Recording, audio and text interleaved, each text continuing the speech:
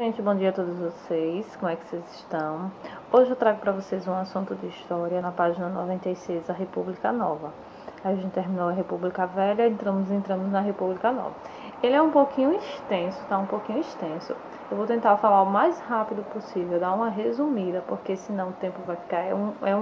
É uma aula para você falar de manhã toda, mas infelizmente a gente não tem esse tempo. Eu vou tentar resumir o máximo, não fazer um vídeo tão extenso, dar uma resumida, depois vocês dão as leituras, depois vocês respondem qualquer dúvida vocês me perguntam.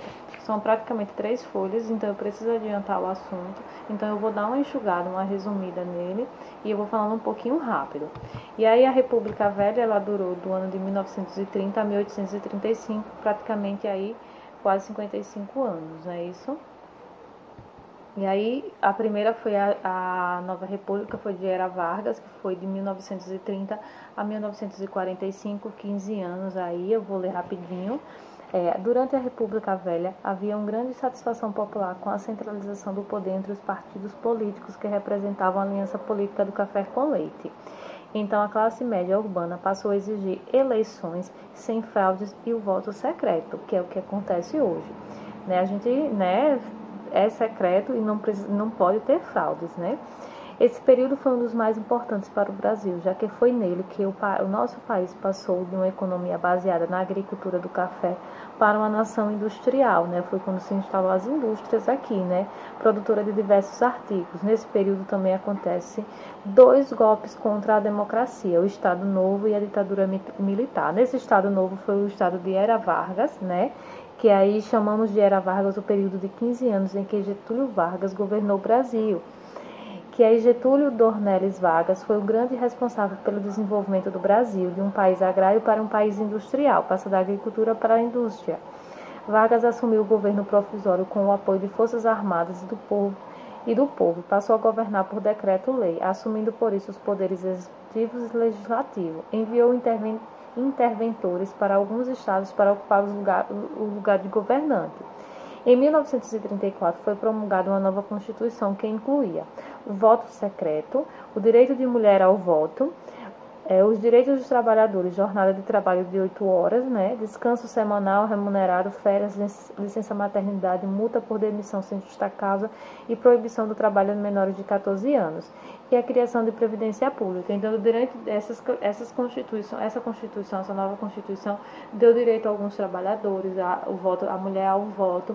Então, foi no período de Vargas, na Era Vargas, certo? No período de Vargas, que tudo isso, nessas novas constituições foram promulgadas e deu esse direito ao povo. E aí, no poder, no período de Vargas, apesar de várias mudanças que passaram a vigorar no país, a partir da Constituição de 1934, que foi a Constituição de Vargas, a população enfrenta vários problemas como desemprego, baixos salários e entre outros. Em 1937, querendo permanecer no poder, pois as eleições presidenciais se aproximavam, Getúlio Vargas anunciou um Estado Novo, implantando e comandado pela ditadura do país, sob a desculpa de existência de um plano comunista para a tomada do poder. A Constituição de 1934 foi substituída por uma nova e outorgada por ele. Durante o período do Estado Novo não havia liberdade no país. Os meios de comunicações eram censurados e as pessoas que se opunham ao governo eram presas. Então foi um período assim que houve controvérsias, que não foi um período muito bom entre o período de Vargas e o período da ditadura militar, Que as pessoas eram presas, teve mortes, alguns conflitos, porque depois disso foi do período de Vargas veio instalada a ditadura militar. E aí Vargas investiu em obras de infraestrutura, construção de hidrelétrica do Vale São Francisco, criação da Companhia do Vale do Rio Doce, responsável pela exploração de ferro, e da Companhia Siderúrgica Nacional, responsável pela transformação de ferro em aço. Criou consolidação das leis trabalhistas, a CLT, o salário mínimo e a semana de trabalho de 48 horas. Então, durante o período de Vargas, houve algumas criações, mas também houve algumas controvérsias, como eu havia falado. E aí eu não vou me aprofundar muito, Depois vocês dão uma lida nessa outra parte de Vargas. Eu vou falar no fim do Estado Novo, que em 1945, o período do Estado Novo chega ao final com a eleição do presidente Eurico Gaspar Dutra, iniciando uma nova etapa republicana, a República Populista. Em 1946 foi promulgada a 5ª Constituição do nosso país, garantindo, entre outras coisas, as eleições diretas e o voto secreto. Dutra governou até 1950, quando Getúlio Vargas concorreu às eleições e venceu. Então, Getúlio Vargas ele saiu do poder, mas ele volta de novo, né? A República Populista, essa expressão, né, ela refere-se à forma de governar dos presidentes desse período, que se utilizavam de vários recursos para obter o apoio da população. Os governantes usavam a propaganda para divulgar suas realizações e promover sua imagem pessoal. E aí a gente tem, né, depois aí fala, né, entre essa República Populista e a ditadura militar, que é o que eu vou falar um pouquinho. Aí a gente tem Vargas, ele volta ao poder, né, na campanha eleitoral para a presidência. Vargas fez alianças políticas com os nacionalistas, que defendiam o desenvolvimento de iniciativas nacionais sobre as estrangeiras, e com os empresários e militares que eram a favor do investimento estrangeiro no país. E então, em 1950, Vargas voltou ao poder legitimado por meio das eleições pelo povo. Então, o povo escolheu ele nessa época, né? Isso. E Vargas tomou, nesse novo período de governo, Vargas tomou um empréstimo e estrangeiro e empregou o dinheiro naquilo que estava faltando para desenvolvimento, indústrias de base, siderúrgica, extração de petróleo, transportes, geração de energia. Inclusive, durante o seu governo foi lançada a campanha "O Petróleo é Nosso" e criada a Petrobras. Então, deixado claro o seu objetivo de intensificar a política nacional no país. Então, nesse período de Vargas, foram criados programas para o desenvolvimento das indústrias, da geração de energia, certo? As indústrias elétricas de comunicação cresceram 380%, as metalúrgicas 125%, as indústrias de aço 100% ao longo do seu governo. Né? Ele também houve a instalação de indústrias e empresas estrangeiras no Brasil, como a Volkswagen. Então, assim, no período de Vargas, o país ele se desenvolveu bastante, ele cresceu bastante, foi um período de bastante desenvolvimento industrial para o país. E logo em seguida, depois de tudo isso, com a queda, nós tivemos a ditadura militar. Foi um período bastante conturbado no país. O que dizia a ditadura militar? Foi o período em que os militares eles assumiram o poder com a justificativa de que estavam salvando os países da desordem dos comunistas e da crise econômica. O golpe militar, que aconteceu no ano de 1964, pôs fim ao governo do presidente João Goulart, que logo foi depois, né, passado de Vargas, tiveram outros governos. Aí ele pôs fim ao governo de João Goulart. Antes do regime militar, havia diversos partidos políticos no Brasil, mas todos foram extintos. Restaram apenas 2 deles que, com a permissão para atuar, que apoiavam o governo, e outros que faziam oposição, porém com atuação controlada pelo regime. Entre 1964 e 1885, o Brasil teve 5 presidentes militares eleitos de forma indireta pelo Congresso Nacional. Né? Humberto de Alencar, General Arthur de Costa, General Emílio, General Ernesto, General Joaquim Bispo foi Batista. Foi um período em que somente os militares estavam no governo, foi bastante conturbado na história brasileira. Da mesma forma de Getúlio Vargas, os militares impuseram uma nova Constituição, cujo objetivo era obter maior poder. Isso foi possível porque a nova Constituição previa a centralização do poder. O poder estava somente centrado na mão dos militares, somente nas mãos deles. E aí,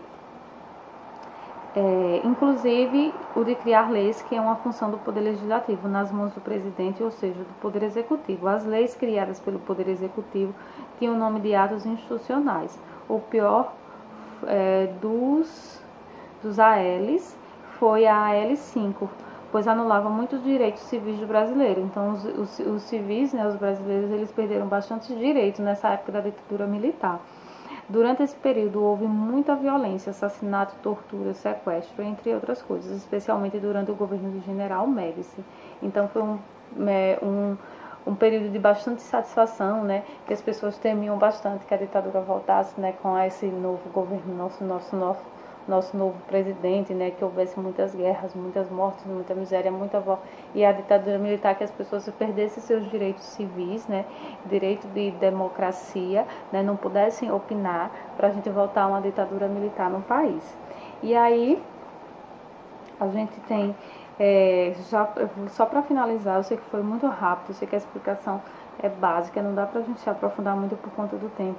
Aí a gente, só para finalizar, eu vou falar sobre o milagre econômico, que entre 1968 e 1973, os militares conseguiram na economia o que ficou conhecido como milagre econômico, pois reduziram a inflação e o crescimento foi impressionante. Entretanto, o milagre só beneficiava a classe média e a alta, então esse milagre econômico era só em favor das pessoas que tinham maior poder aquisitivo.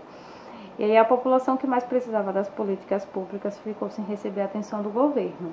E aí em 1974 assume a presidência o general Ernesto Geisel, que inicia um lento processo de transição para a democracia. Ele anuncia que a abertura política era lenta, gradual e segura. A economia estava em crise.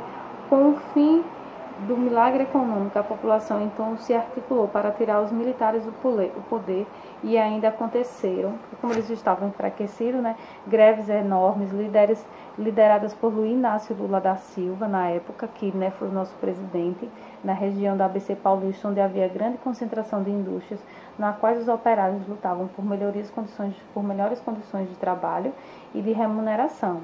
E aí o general João Batista Figueiredo, último presidente da ditadura militar em 1979, decretou a lei de anistia, cedendo a todos os artistas, políticos e demais brasileiros que foram expulsos do país pelo regime militar o direito de votar. E aí a gente tem o fim da ditadura militar, porque as pessoas eles deram uma enfraquecida e as pessoas começaram a se reerguer e começaram a lutar contra a questão dos generais que estavam no poder. E aí, a campanha de direta já, que era 1983, uma emenda constitucional, emenda Dante de Oliveira, previa que o próximo presidente seria eleito pelo povo popular.